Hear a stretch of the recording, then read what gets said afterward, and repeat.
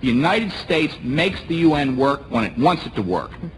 And that is exactly the way it should be, because the only question for the United States is what's in our national interest. My name is John, and the International Criminal Court is now in session.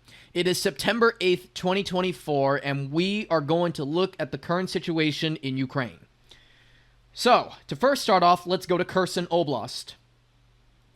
This kind of took me by surprise, but it became official just recently that the Russians now ignore what Suryak has not been able to color here, but for the most part, it has been confirmed by reliable sources that the Russians have island hopped on the right bank of the Dnieper River and have taken control over all these islands here that are just off the right bank of Ukraine, or should I say, in this case, the right bank of the Ukrainian-controlled Kherson Oblast, which contains the provincial capital itself right here, Kherson.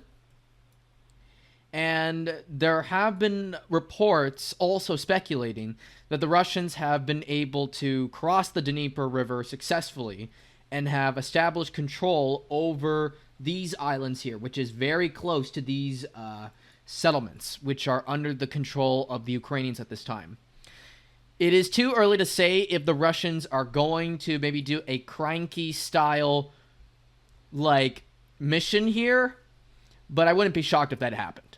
But yeah, the Russians have established control over these islands here and are very close to retaking these villages that they used to control throughout 2022. Until they lost it, of course, after they withdrew from the right bank of Kherson Oblast. In the Zaporozhye Oblast, the Russians have solidified their control of Robotyne, and yeah, now control basically the fields north of it. So the lines are almost, if not now, completely back to what they were before the infamous 2023 Ukrainian counteroffensive last summer. So Robotyne is now, I guess, secured, if you want to call it that.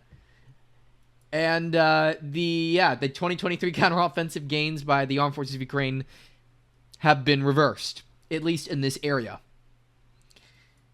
In the Donetsk Oblast, now this is where things get interesting. From what I heard, a couple of Russian sources, including Deep State UA, have announced that Vudain, which is this village here, and sort of industrial area, is now under the control of Russia. After a week or two of fighting in the fields that surround it, that go into it. But yeah, Vudain has reportedly fallen to Russia, and Suryak is probably going to color this red tomorrow. And you'll probably see it red, under Russian control by the next Hague video that I make. But yeah, so Ugledar is pretty much cooked at this point. No changes, though, for the most part here. Though I am expecting a Russian advance up north. And perhaps now with Vudain captured, they'll definitely make an advance towards the west. And I even heard some reports that the Russians have started their offensive towards the villages here that are north of Vudain and Ugledar. And capturing these villages here in the middle of these empty fields will provide the Russians a position to attack Kharkov.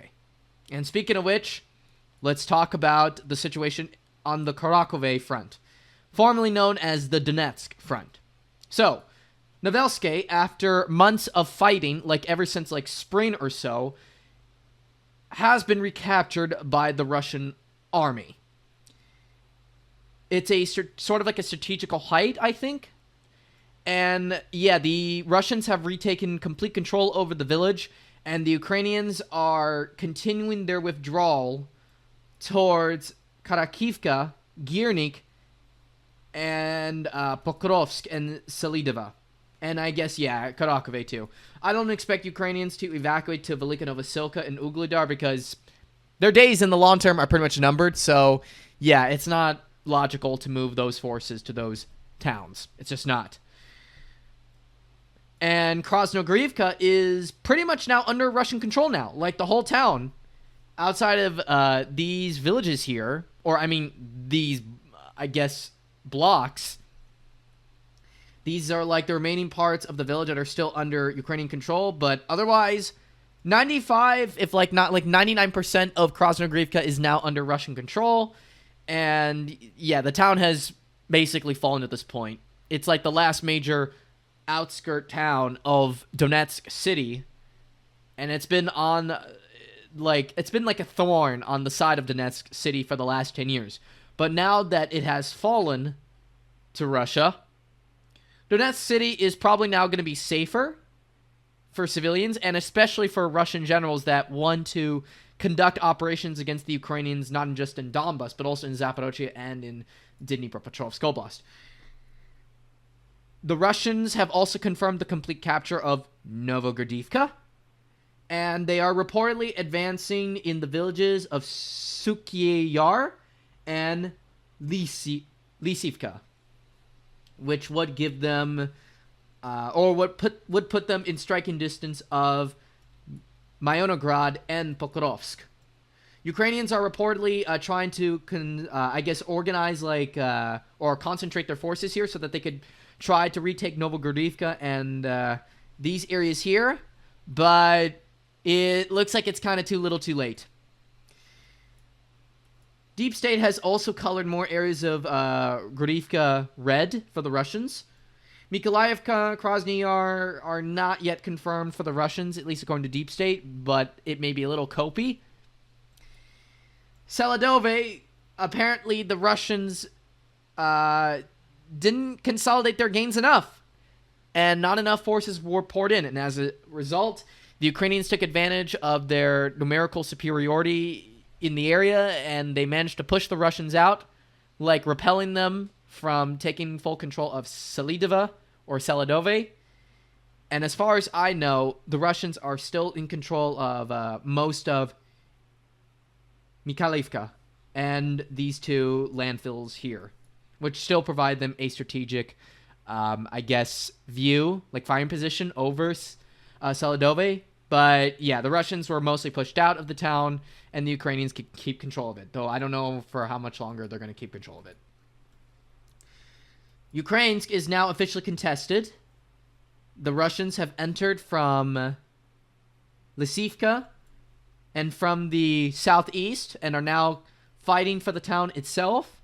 I don't know how much longer it's going to take for Ukrainsk to fall, but as far as I'm concerned, as soon as this town falls, then Girnik is cooked, and along with Sukharin, yeah, Sukhirin, I don't know how to pronounce it, but yeah, as soon as Ukrainsk falls, these two towns for sure are absolutely cooked, and perhaps maybe Kharkiv too.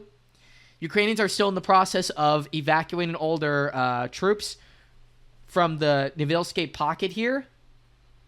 It's probably going to continue to take time, but yeah, all of this land right here, all these empty lands will soon be under Russian control, especially after the fall of Zalini, Persh, and Drew. In New York direction, or Toretsk direction, the Ukrainians apparently turned out that Deep State's claim...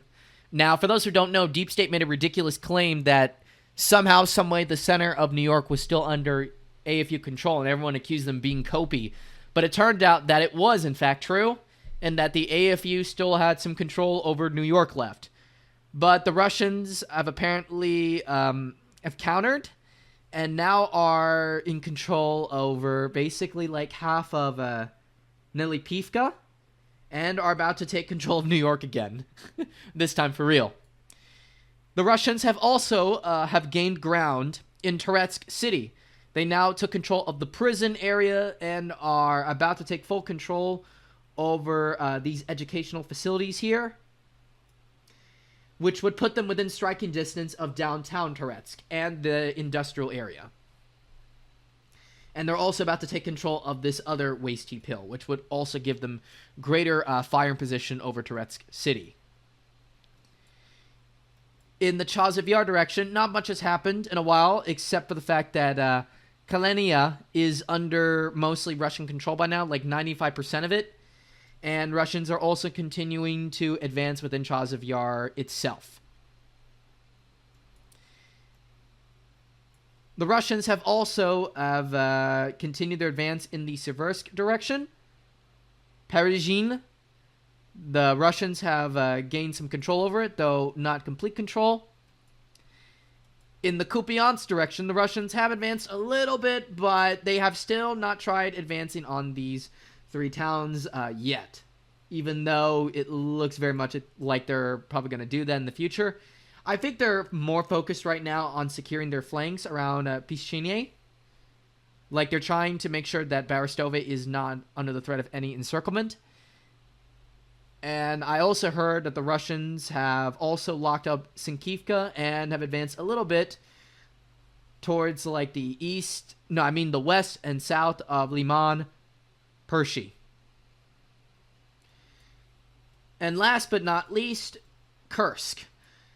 The Russians are reportedly on the counteroffensive right now in Kursk after the Ukrainians have been bogged down in the area, despite the fact that they have been able to gain some control over a number of villages. But yeah, that's pretty much the end of the Kursk adventure from an offensive point of view. So now they're going to be focused more on defense. And despite their attempts to take the town of Kurenivo, the Ukrainians have not been able to make any headway there. Like, not at all. So yeah, folks, not really a big week when compared to the last one, but yeah, that's pretty much it for today's video. So I hope all of you guys enjoyed the video, found it informative. Tell me in the comment section below what you think is going to happen next, and I'll see you all later. Bye-bye. Peace out.